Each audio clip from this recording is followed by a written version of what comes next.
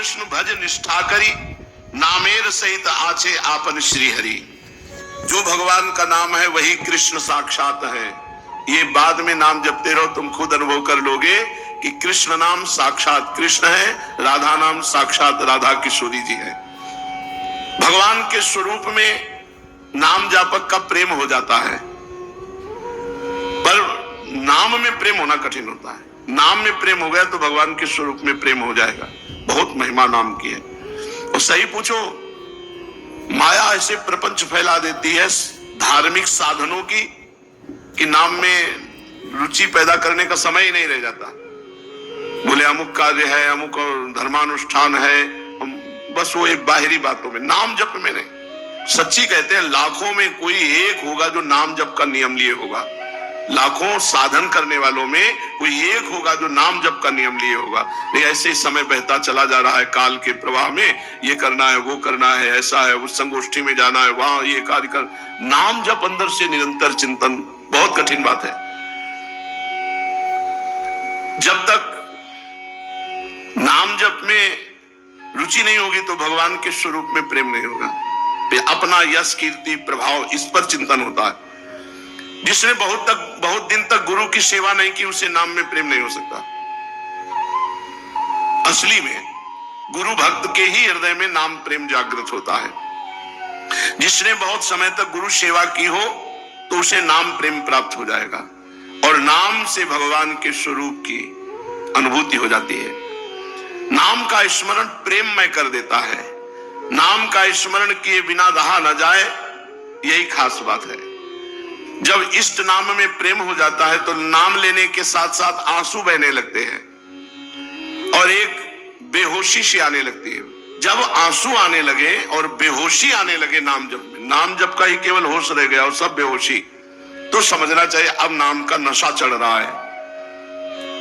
जैसे भगवान का भक्त स्मरण करता है ऐसे भक्त का भगवान भजन करते हैं, भगवान स्मरण करते हैं। देखो एक और श्री किशोरी जो कृष्ण कृष्ण कृष्ण, तो दूसरी ओर श्री कृष्ण राधा राधा राधा ऐसा रखते हैं। पूज्य बाबा कह रहे हैं इससे निश्चय होता है कि यदि आप भगवान का स्मरण करेंगे तो भगवान आपका स्मरण करेंगे। और जब बिसरी हो ना बिसारी हो ये स्थिति आ गई तो अब दूसरे की कोई बात ही नहीं रह गई, केवल भगवदानंद। चलते हैं श्रीमद् भागवत महापुराण।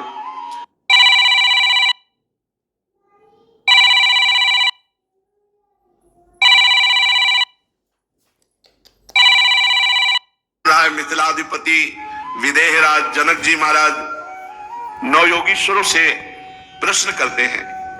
यानी यानी कर्माणि यैर्यै स्वच्छंद जन्म भी चक्रे करोति कर्ता वा हरिस्तानि ब्रुवन्तु नः।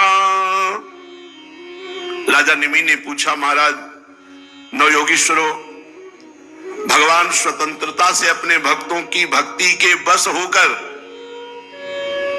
अपने भक्तों की भक्ति के बस होकर अनेकों प्रकार के अवतार ग्रहण करते हैं, अनेकों लीलाएं करते हैं। आप लोग कृपा करके भगवान की उन लीलाओं का वर्णन कीजिए जो वे अब तक कर चुके हैं, कर रहे हैं या आगे करेंगे।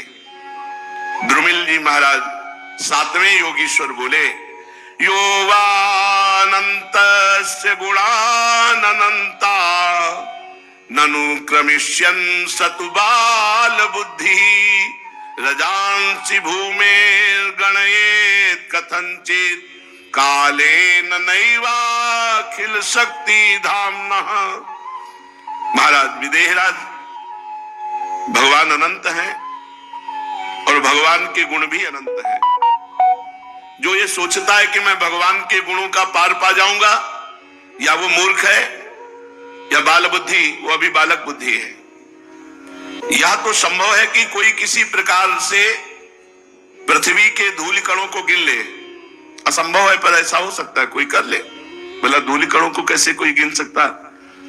परंतु समस्त शक्तियों के आश्रय भगवान के अनंत गुणों का कोई कभी भी किसी भी प्रकार से पार नहीं पा सकता।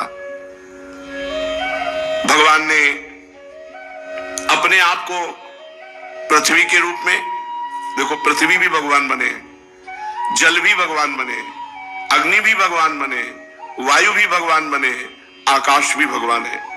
सबसे पहले भगवान ने अपने को इन 5 भूतों के रूप में रचा और अपने आप से अपने आप में सृष्टि की है, किसी दूसरे की नहीं। ये आप स्वयं ही बने हुए हैं, पृथ्वी, जल, अग्नि, वायु, आकाश। जब इनके द्वारा विराट शरीर ब्रह्मांड का निर्माण करके उसमें लीला से प्रभु अंतर्यामी रूप से प्रवेश करते हैं, भोक्ता रूप से नहीं, क्योंकि भोक्ता तो अपने पुण्यों के फलस्वरूप देहाभिमानी जीव कहा जाता है। तो जो अंतर्यामी रूप से प्रभु विराजमान रहते हैं उनको नारायण कहते हैं। वो आदिदेव नारायण पुरुष नाम से, यही भगवान का पहला अवतार है। भगवान पंचभूतों के रूप में, फिर उनमें लीला से अपने अंश अंतर्यामी रूप से प्रवेश करते हैं, उन्हें आदिदेव नारायण को पुरुष कहते हैं। यही भगवान का पहला पुरुषावतार है। उन्हीं के इस विराट ब्रह्मांड शरीर में तीनों लोक स्थित है। उन्हीं की इंद्रियों से समस्त देहधारियों की ज्ञानेंद्रियां और कर्मेंद्रियां बनी हैं। ये ज्ञानेंद्रियां और कर्मेंद्रियां भगवान की ही शक्ति से बनी है। उनके स्वरूप से ही स्वतः सिद्ध ज्ञान का संचार होता है। भगवान के श्वास प्रश्वास से समस्त शरीरों में बल आता है। इंद्रियों में इंद्रिय शक्ति, ओज और कर्म करने की शक्ति प्राप्त होती है। उन्हीं सत्व आदि गुणों के संसार की स्थिति, उत्पत्ति और प्रलय करने वाले जो विराट शरीर के शरीरी हैं, वे ही आदिकर्ता भगवान नारायण हैं। मात्र 51 रुपये में लाखों भक्तों ने अयोध्या के प्राचीन हनुमानगढ़ी मंदिर में बजरंग बली को चढ़ाया। बेसन के लड्डुओं का चढ़ावा श्री मंदिर चढ़ावा सेवा के जरिए आपके द्वारा चुना गया चढ़ावा अयोध्या के प्रसिद्ध हनुमानगढ़ी मंदिर के गर्भगृह में हनुमान जी को अर्पित किया जाता है। चढ़ावा प्रक्रिया का वीडियो और सर्टिफिकेट आपके उन पर भेजा जाता है। आज ही डाउनलोड करें श्री मंदिर ऐप और बुक करें अपने नाम से चढ़ावा। मान्यता है कि अयोध्या के इस पावन हनुमानगढ़ी मंदिर में हनुमान जी आज भी वास करते हैं और यहाँ उनकी आराधना बेसन के लड्डू के चढ़ावे से की जाती है। श्री हनुमान जी को चिरंजीवी होने का वरदान मिला था और कहते हैं कि रामायण पर्व के बाद प्रभु श्री राम के कहने पर अयोध्या और भक्तों की रक्षा के लिए हनुमान जी आज भी यहाँ साक्षात विराजमान हैं। इसी कारण से अयोध्या के इस मंदिर का महत्व सर्वाधिक है। 2025 को मंगलमय बनाने के लिए एवं बजरंग बली का आशीर्वाद प्राप्त करने के लिए अभी डाउनलोड करें श्री मंदिर ऐप और बुक करें अपने नाम से बजरंग बली को चढ़ावा।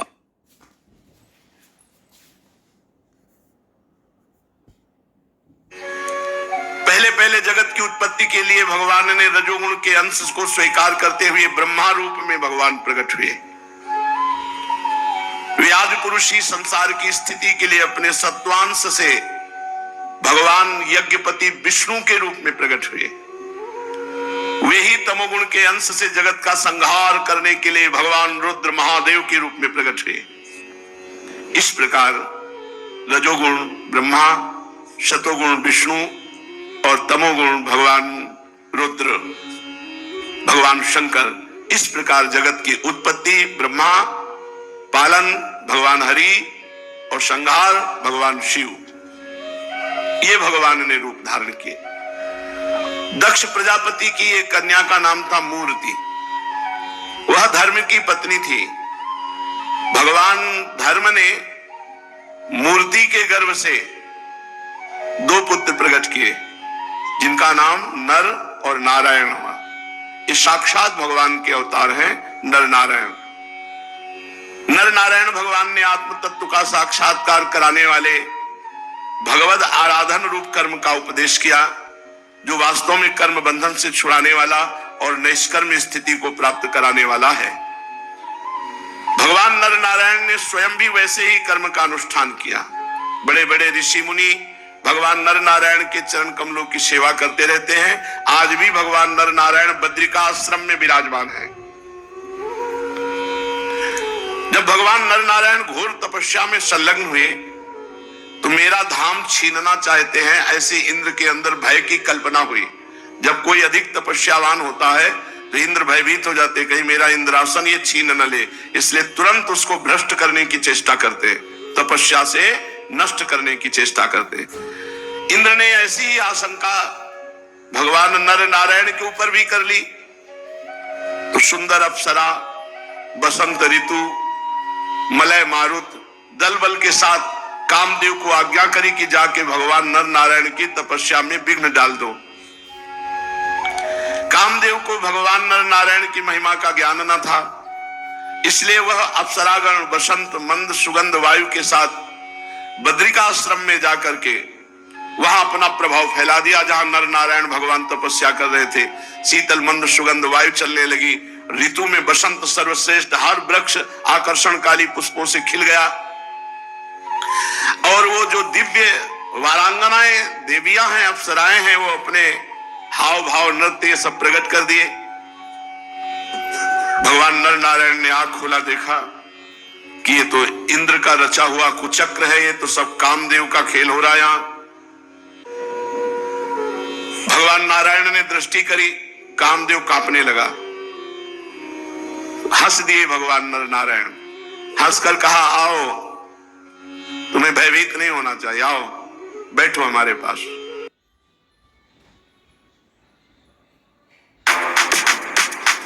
क्या आप भी स्टॉक मार्केट में इन्वेस्ट करना चाहते हैं पर कंफ्यूज हैं कि कौन सा ऐप चूज करें? Don't worry, download grow. यह है इंडिया का नंबर 1 स्टॉक ब्रोकर। इस पर आप कस्टम प्राइस अलर्ट सेट कर सकते हैं, सारे कॉर्पोरेट एक्शंस देख सकते हैं,